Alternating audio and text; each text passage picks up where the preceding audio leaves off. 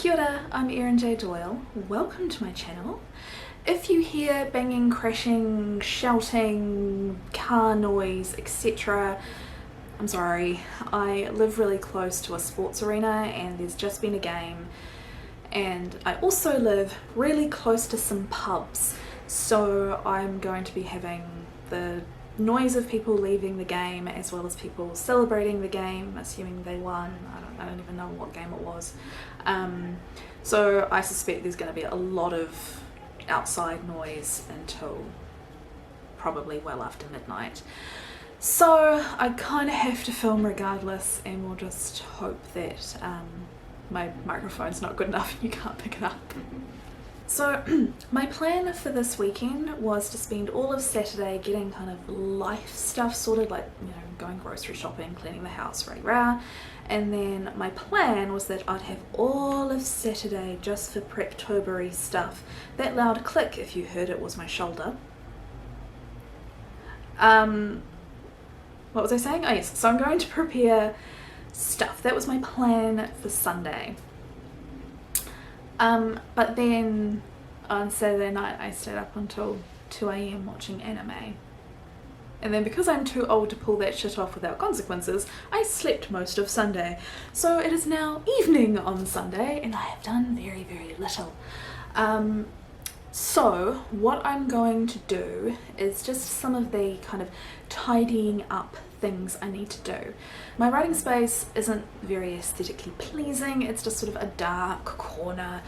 Unfortunately, I can't hang anything on the walls because of the terms of my tenancy agreement, and I can't move the desk because it's built into the room. So my options for prettying the space are extremely limited, but it is a very cluttered space and I'm hoping that I can kind of declutter it a bit and just make it nicer to occupy. So that was one of the things I wanted to get done this weekend. I also need to do some research. So the fairy tale project that I'm going to work on for NaNoWriMo is a sci-fi retelling. So I need to look up a couple of existing policies and some research on extraterrestrial life to figure out some of the things that would happen in the story relating to antagonistic organizations. Obviously this isn't something that's actually happened before, so I could actually just say whatever I wanted, but I think it would be helpful to get an idea of what the existing literature and what's the word I want, predictions are.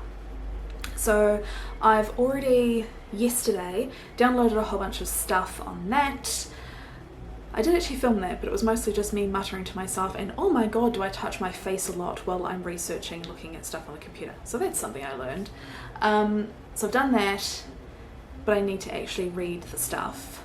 And hopefully that will help me make the decisions that I need to make around the precise actions of the antagonistic forces within the story, so that by next week I can have my story nicely planned out. Because at the moment there's kind of you know, this antagonistic force does this probably, but I need to make sure that the probably thing that I've decided actually works. And I think that's probably all I can realistically expect to be able to get done quickly on a Sunday evening. So I'm going to show you what I have to work with.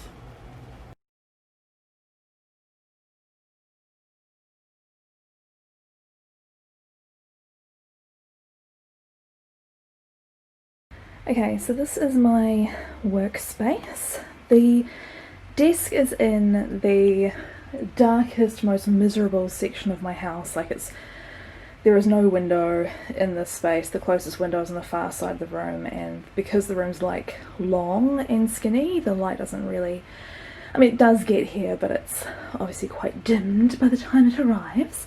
So this is why I have a lamp and a light and then another lamp over there, but there are dirty dishes over there, so I'm not going to show you that. What I discovered really quickly, kind of pro tip, is I've got the lamp facing the wall, so it kind of illuminates the space, but I don't have the lamp like shining in my face while I'm working on my laptop. This desk is unfortunately built into the room, so I can't move it at all, so this is the desk that I'm stuck with.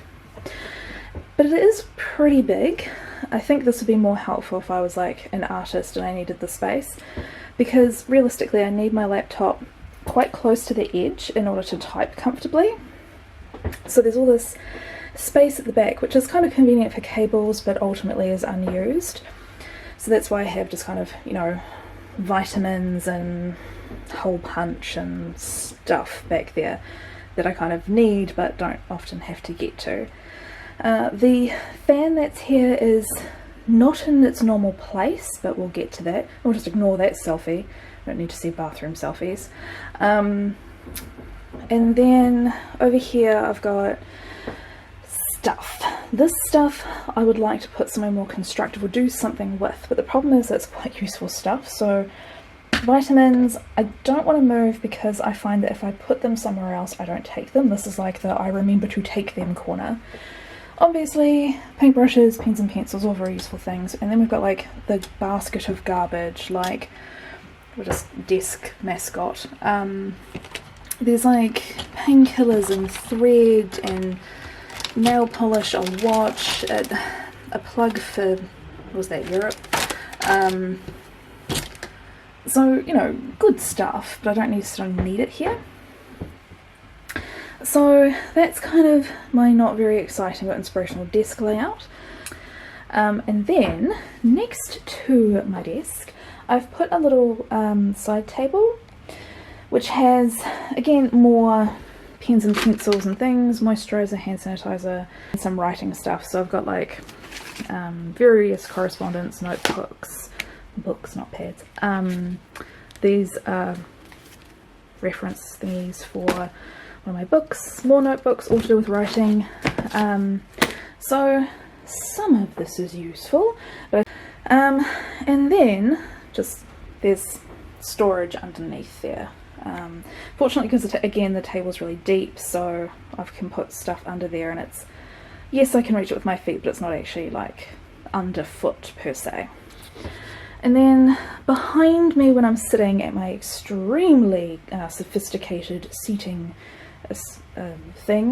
stool, that's the word, next to that I've got this whiteboard which I've just cleared off, and I want to move this and the post-its, the magnets, the whiteboard markers, all of that I would like to move onto here.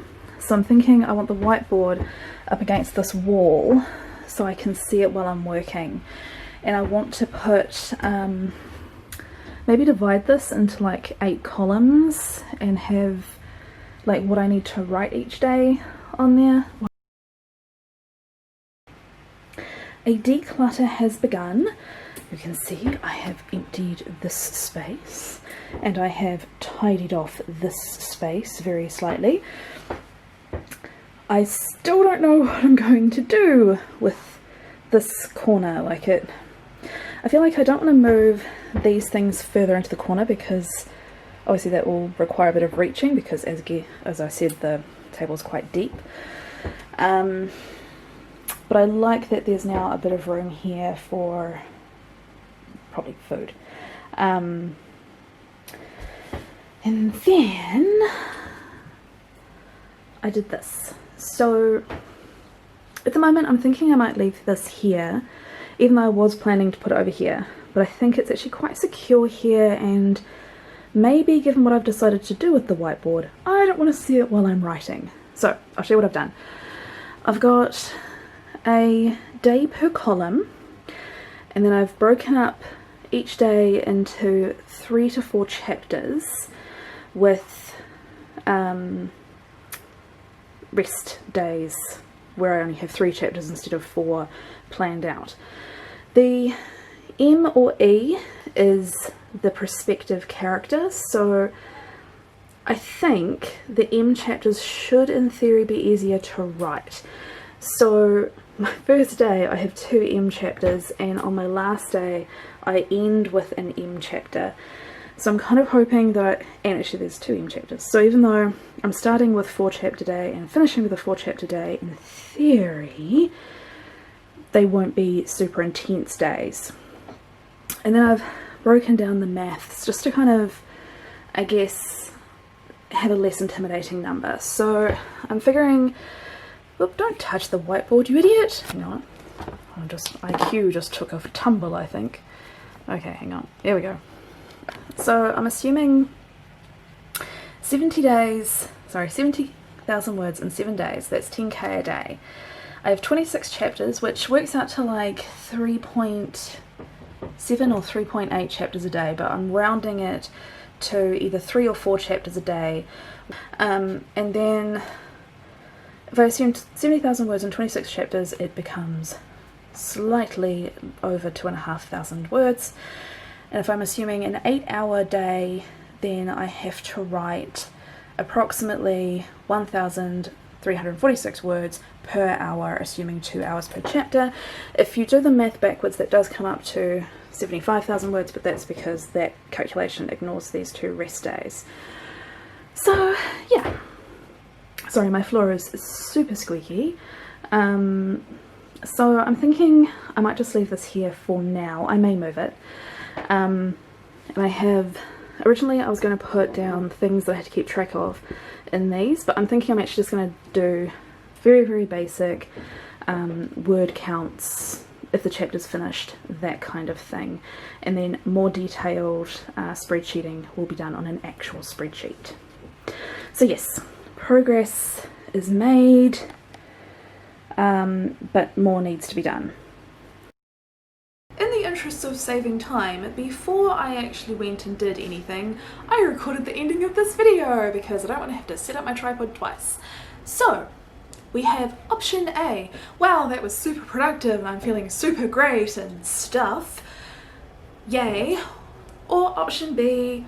Wow, that was a lot more work than I thought it would be, and I guess I'll continue working on it over the evenings during the week, and hopefully by when I film my next video next weekend it's kind of coming together a little bit more than it is now. Man, I'm bummed. So I guess that will be everything that I have for this week. So my plan for next week, assuming everything has actually gone well at this point, is to do basically a breakdown of how I write 10,000 words in one day for next week's video, so that you guys have it before NaNoWriMo actually starts. So if you want to be here for that, you might want to consider clicking the various buttons so you get notified for that, and I'll see you then. Bye! I feel like I got ready to film without having an idea of what I was actually going to film. Awkward.